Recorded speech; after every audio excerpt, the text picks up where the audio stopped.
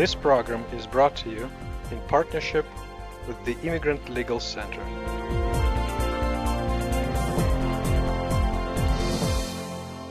Welcome to Legal USA, a monthly program produced by New Americans Media in partnership with the Immigrant Legal Center, both of Omaha, Nebraska.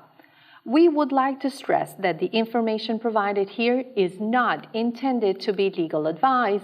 Viewers should consult a qualified immigration attorney to obtain legal advice on their issue or problem. Today's focus is Special Immigrant Juvenile Status, or SIJ Status. Roxana Cortes is a rural capacity building managing attorney with the Immigrant Legal Center and is in the studio with us. Thank you for being here today, Roxana. Thanks for having me. All right, I would like to start with a definition. What is Special Immigrant Juvenile Status? So, SIJ status, or Special Immigrant Juvenile Status, is a type of immigration relief that was created by Congress to protect children who have been abused, abandoned, or neglected by allowing them to apply for a benefit and be able to stay in the U.S. Is Special Immigrant Juvenile Status a new law, a new immigration benefit? No, it is not. It actually has been on the books since 1990. That's when it was initially created, and it was most recently amended in 2008. And who qualifies for SIJ status? So a child who is under the age of 21, who is unmarried, who is present in the U.S., and who can show that has been abused, abandoned, or neglected by one or both of their parents, and that it is not in the best interest of that child to return back to home country, can be eligible for Special Immigrant Juvenile Status. They are old kids, right? They're old juveniles. And where are these juveniles kept? Who takes care of them? If you can give me an example of a kiddo that comes to the United States and ends up in Nebraska, can you please walk me through his or her journey? So, in theory, the way that this is supposed to work, right, is that when a child approaches the border and asks for help from the immigration agent, or when the child crosses the border and then is caught by the Customs and Border Patrol, they are first taken to a Department of Homeland Security facility, and they are processed there. They try to find out basic information such as name, whether they came alone, age, or if they came with an adult or a parent, and then they get classified based on that, on the facts or the circumstances of their arrival into the country. So that's the first. That's the They're first at the step. border. Yes. The TVPRA, or the Trafficking Victims Reauthorization Act, says that children are only supposed to be kept in those facilities up to 72 hours. In other words, within 72 hours, those children are supposed to be classified and then if they're minor children, they're supposed to be released into the Office of Refugee Resettlement Shelters, or ORR facilities. Then the child then moves from a DHS facility into an ORR facility. Once they are at the ORR facility, they are supposed to, the people running the ORR facility are supposed to help that child identify family members or anybody within the country that can be responsible for them. Then the ORR worker then establishes contact and then gathers information from the individual who has come forward and said, yes, the child is my son, daughter, or my niece, nephew, whatever the case might be, and I want to be responsible for that child. So then they collect information from them and they run a background check to make sure that it would be safe to release the child to that family member. Once the background check results come out and everything comes out clear, then that travel arrangements are made so the child then can be transported to that family member within the country. Okay. And a destination would be someplace like Nebraska, for example. Okay. You mentioned that at the detention center, the kiddo, based on law, should be there no more than 72 hours. Is there a time limit for the OR shelter as well? There is no time limit. They're supposed to do things as quickly as possible and try to resolve the situation as quickly as possible, but there's no set number of hours. like there is with DHS. Okay. The child is released to a family member or a relative and comes to Nebraska, right? Does the family member have to go down where at the border checkpoint to pick up the child, or the child is provided transportation to the family? A lot of the times the child is provided transportation to the family and they just can pick them up at an airport. Okay. So since we're in Nebraska, the child arrives here in Nebraska, right? What happened next? Then once the child is released to the family member, they are, by this time, they have been placed in removal proceedings. Okay. So that means that they have to go to court. Okay, the child has been, okay. The child has to go to court. And if a child has to go to court, or any person has to go to immigration court, that means that they have been placed in removal proceedings. In other words, they will be ordered removed unless they can assert a defense to that removal. Okay. And that is when SIJ comes into play.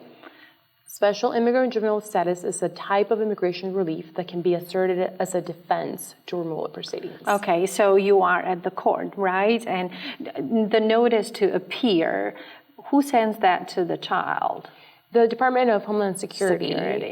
Is the one that is in charge of properly filing that notice to appear with the court, which includes proper service on the child or the child's parent or guardian, depending on how old they are. The family goes there, there's a hearing, right? Is it that particular moment that the child or the family needs to bring up the special immigrant juvenile status in order to keep the child in the United States? It depends on if it's the first, second, or third court hearing, and it depends on the judge, right?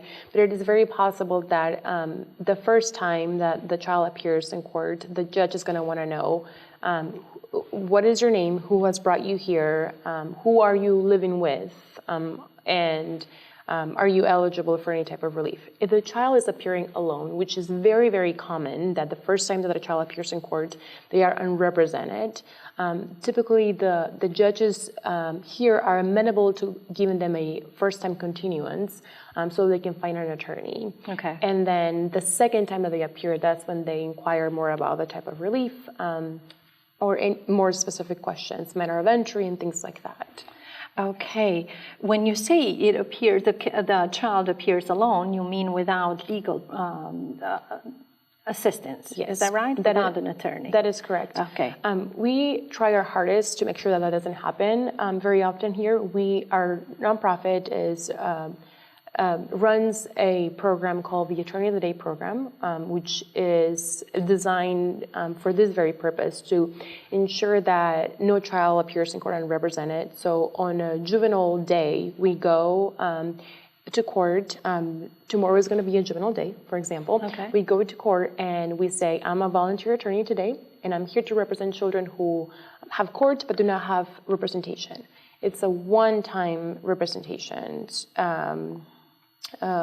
instance. So that means that a volunteer attorney can stand in front of the judge for one time only to ask the judge for more time so that that child can find permanent counsel. Is that a monthly event? How does it work? It has changed throughout the years, and right now, particularly this year in 2019, we are seeing it happen every single Thursday.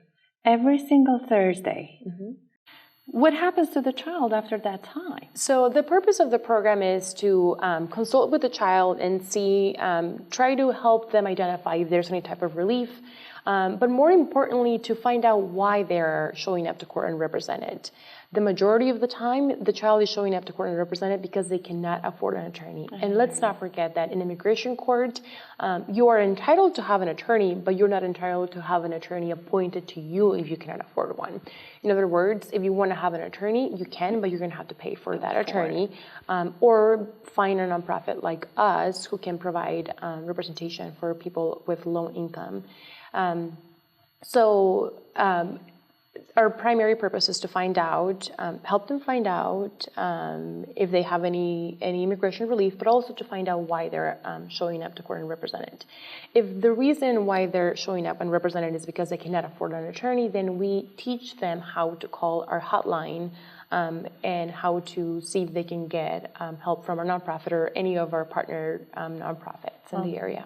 Okay, and before I move to procedures, I have a question regarding the age. What is the youngest client that you have assisted with your help? In my personal experience, the youngest child that I represented is 2 years old. I was a 2-year-old. 2 years. 2-year-old client with a mom that was 17 years old. So they're both kids? Yes. Did you represent both, mom and the kid? Yes, I did. Did they win? We're still waiting. Okay. That is a hard case. Yes. Oh, okay, let's move to the procedures now. Okay, let's see.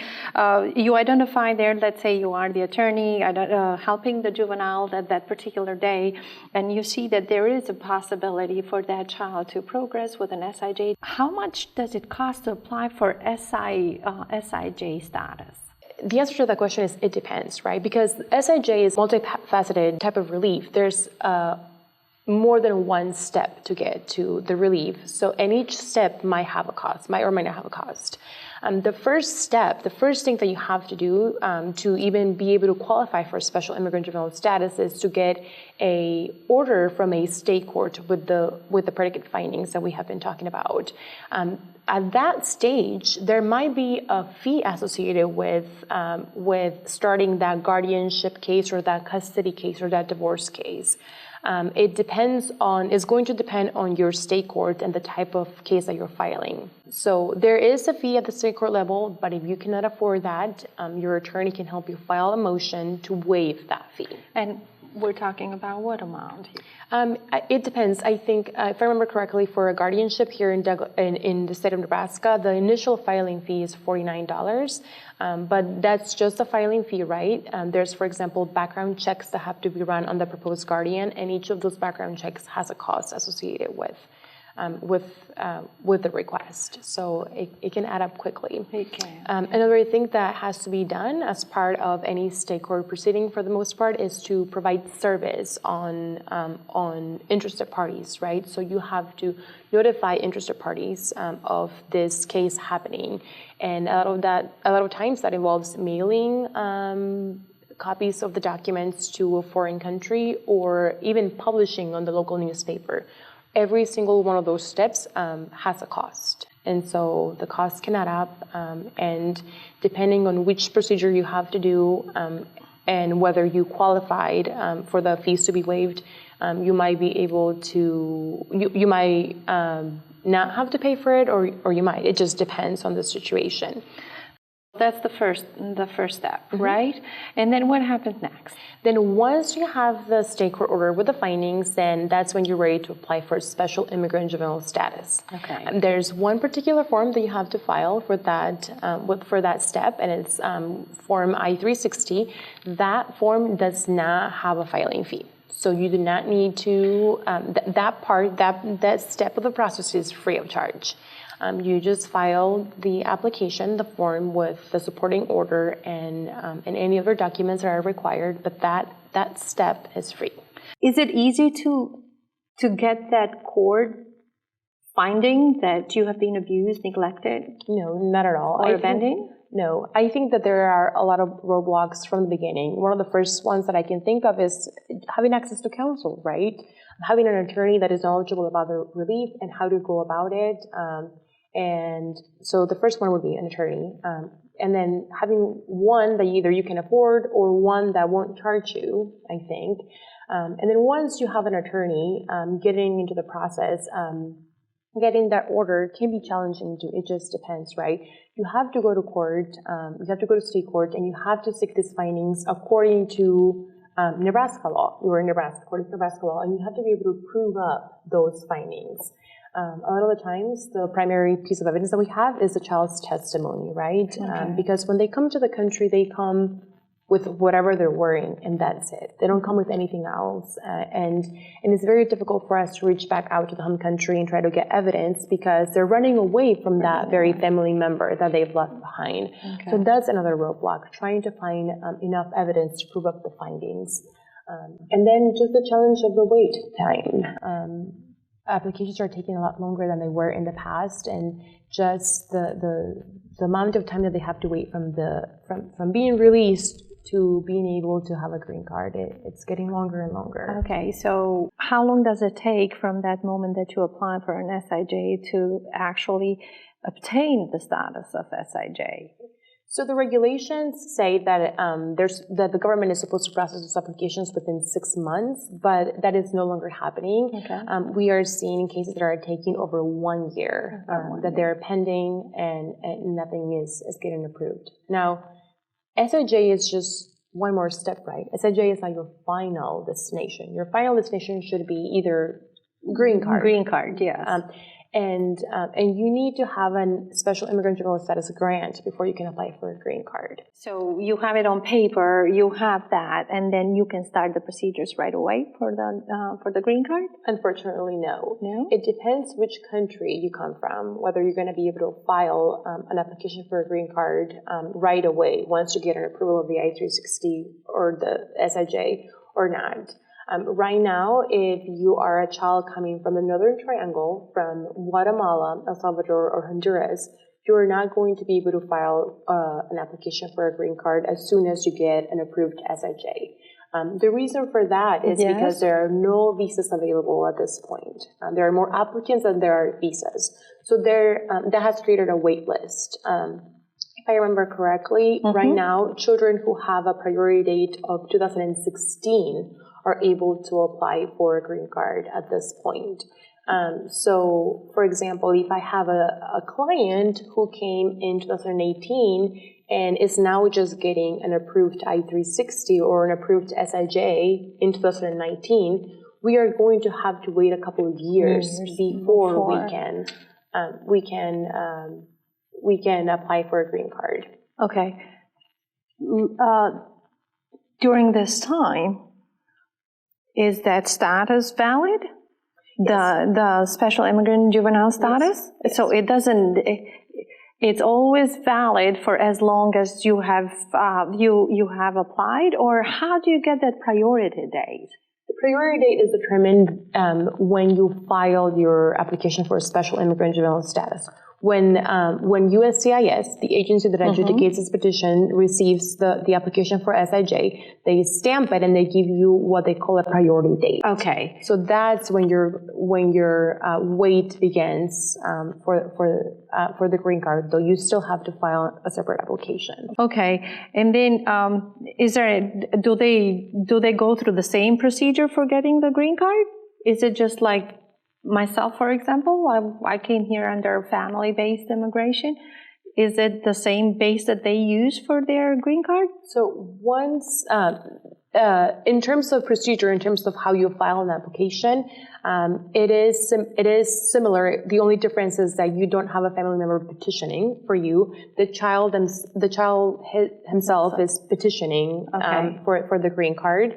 But the forms are the same. The filing fees are also the same. So at this stage, there is a cost. There's a filing fee that is associated with filing for that application, but it can be waived. The attorney can add in the paperwork information regarding the child's inability to pay. And it can be waived.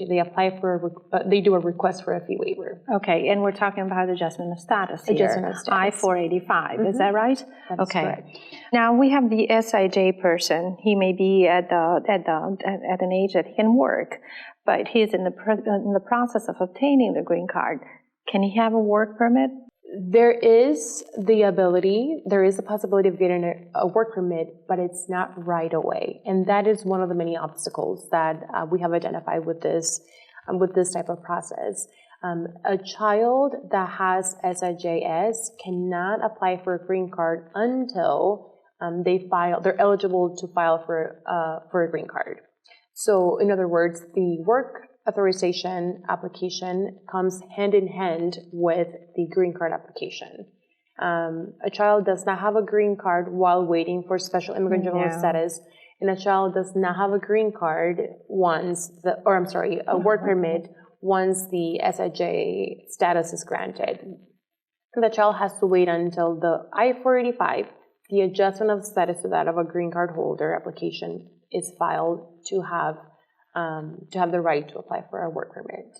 And you mentioned that in the case of the Northern Triangle, the wait time is quite long, it's 2 or 3 years. What is an average time for other countries?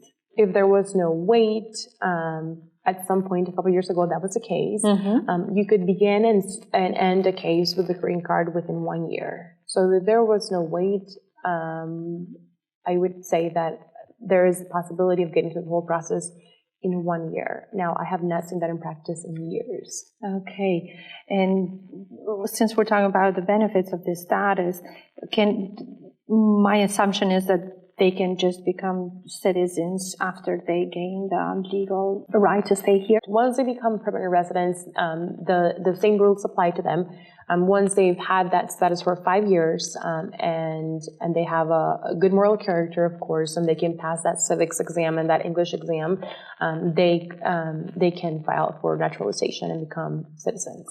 Okay, and now a question just for clarification, because the category itself kind of tells you that no, it's not possible, but can a child bring mom or dad, a parent or a relative over to the United States through his or her own status? You are correct that once a child becomes an LPR, so a lawful permanent resident, or a U.S. citizen, the child cannot then turn around and petition for the parents specifically. The reason behind that is because the very reason why they're eligible for the status that they are eligible for is because there are allegations of abuse, abandonment, or neglect at the hands of one or both parents. And what we have seen in the past is that a lot of the times it's one parent, right? The requirement only is that one parent has done any of these 3 things to the child. And so one question that comes up very often is, well, what if the parent, can they petition for the parent who didn't do any of these things, right? The parent who's done what they're supposed to do their whole lives. Yeah. And the answer to that question is no. It doesn't matter if the parent was the parent that abused, abandoned, or neglected or not. Neither of the parents can benefit from the child's immigration status. There are 3 more questions, last questions that I want to ask you. I've read about the migrant children surge, and that happened in 2014. Why it is, and as you said, a few years back, the processing time was 6 months for gaining that SIJ status. Why right now in 2019 it's taking longer than when it was the peak of the crisis? I think that at first, or at that time that the waits were starting, the benefit of SIJ was underutilized. It was in the books, it was there, but people were not using it as much as they are. I don't know if it was a case where legal providers were not as aware of the benefit as they are now, but it was underutilized. And since then, a lot of us have become aware of the benefit, have studied it, and have used it whenever possible. And the reason why I think there's a backlog now is because a lot of the people who have SIJ now are becoming eligible for a green card all at the same time. And the number of people who are eligible to petition for a green card is greater than the number of visas available to them under that category. Because we have the visa caps for each category and country at the same time. All right. Now, when we talk about detention, especially nowadays, my first thought was about children at the border right now. How does SIJ relate to the kids that are at the detention center right now at the southern border of the United States? I think that a lot of the children who are at the border are just like my current clients. They are children who might be running away from that abusive parent or from having been abandoned or neglected by a parent. In other words, I think that a lot of the children who are being detained right now could or are likely eligible for special immigrant juvenile status. Okay, and an award to parents that may think that their kids down there by default, just because they are separated from parents and are in a detention center or in a shelter for that matter after those 72 hours, they may think that they by default will be qualified for SIJ. Is that true? That is not true. I think that the word of advice would be that very thing. Do not fall for that false hope.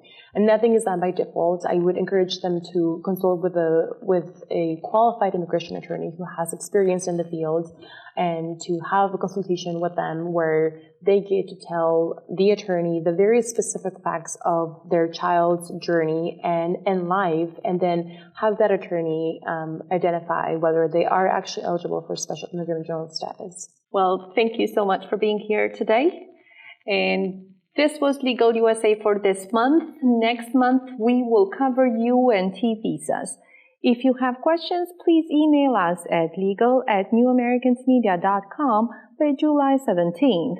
And we hope to see you here on KPAO TV or online at newamericansmedia.com on August 5th. Thank you for watching. I am NKW.